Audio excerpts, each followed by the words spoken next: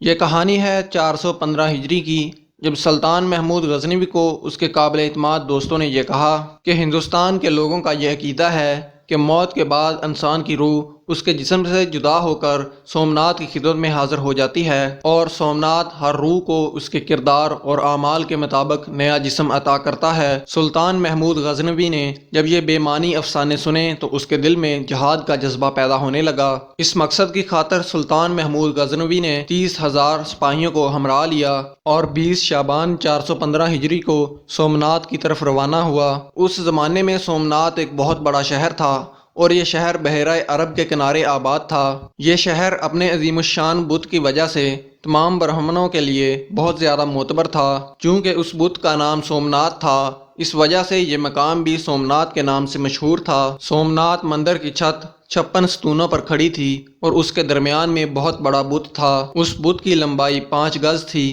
جن میں سے 2 گز زمین کے اندر گڑا ہوا تھا اور 3 گز زمین سے باہر نظر آتا تھا۔ ایک کتاب میں لکھا گیا ہے کہ ہندوستان کے تمام باشندے اس وقت سومنات کو تمام بتوں کا سردار مانتے تھے۔ لفظ سومنات 2 الفاظ سوم اور نات کا مرکب ہے۔ سوم مندر کا نام ہے اور نات اس بت کا نام ہے جو کہ اس جگہ رکھا گیا تھا۔ ہندی زبان میں نات کے معنی بزرگ یا بڑے ہستی کے ہیں، اسی لیے سومنات کا معنی بنتا ہے بڑی ہستی۔ سومنات کا مندر ہندوؤں کے نزدیک بہت اہم تھا اور جب کبھی سورج گرہن یا چاند گرہن ہوتا تو یہاں لاکھوں کی تعداد میں لوگ جمع ہوتے۔ ہندوستان کے راجا اس مندر کے اخراجات کے لیے وقتاً فوقتاً گاؤں اور قصبے وقف کرتے۔ اس مندر میں ہر وقت ہزاروں برہمن پوجا پاٹ کے لیے موجود ہوتے۔ یہ پجاری روزانہ سومنات کے بت کو دریائے گنگا کے پانی سے دھویا کرتے۔ واضح رہے کہ سومنات اور دریائے گنگا کے درمیان فاصلہ 600 کوس کا تھا۔ اس مندر میں پجاریوں نے مندر کے ایک کونے سے لے کر دوسرے کونے تک سونے کی ایک بہت بڑی چین باندھ رکھی تھی جس کا وزن تقریباً 200 من تھا۔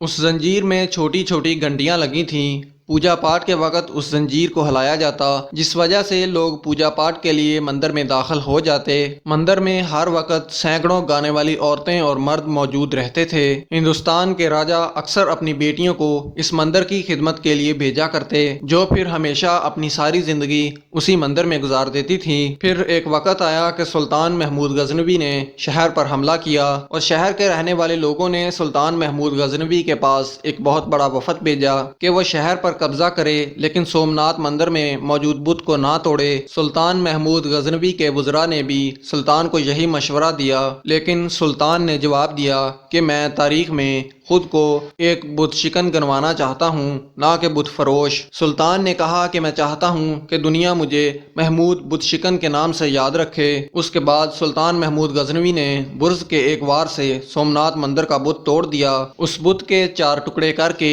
ایک حصہ غزنی کی جامع مسجد کے دروازے پر عبرت کے طور پر رکھا گیا۔ 2 ٹکڑے مکہ اور مدینہ بھیجے گئے تاکہ وہاں لوگ ہمیشہ یاد رکھیں۔ سلطان محمود غزنوی کو اس بت کو توڑنے سے اتنے زیادہ زر اور جواہرات ملے کہ اس کا 10واں حصہ بھی اس سے پہلے کسی بادشاہ کو نہیں ملا ہوگا۔ یہ تھی سلطان محمود غزنوی اور اس کے سومنات مندر کا بت توڑنے کی کہانی۔